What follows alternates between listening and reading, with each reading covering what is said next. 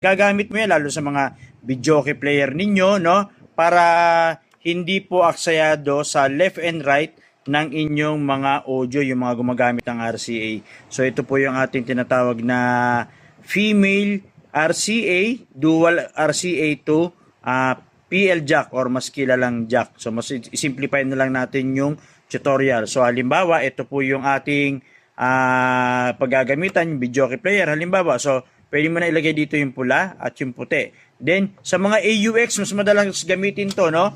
Kung maglalagay kayo ng amplifier para sa inyong mga subwoofer, so halimbawa AUX 1, then RCA to RCA, papunta ng inyong integrated amplifier. O, di ba? Isang connection lang, meron ka ng dalawang dual RCA agad. So, ayan, gamit na gamit yan. Ito po yung hinahanap nyo sa akin na ganito po. So, isimplify natin yung pangalan nito, no? So, ito po yung dual female RCA to PL jack. So, connector po yan. Yan, or plug, no? Sa iba.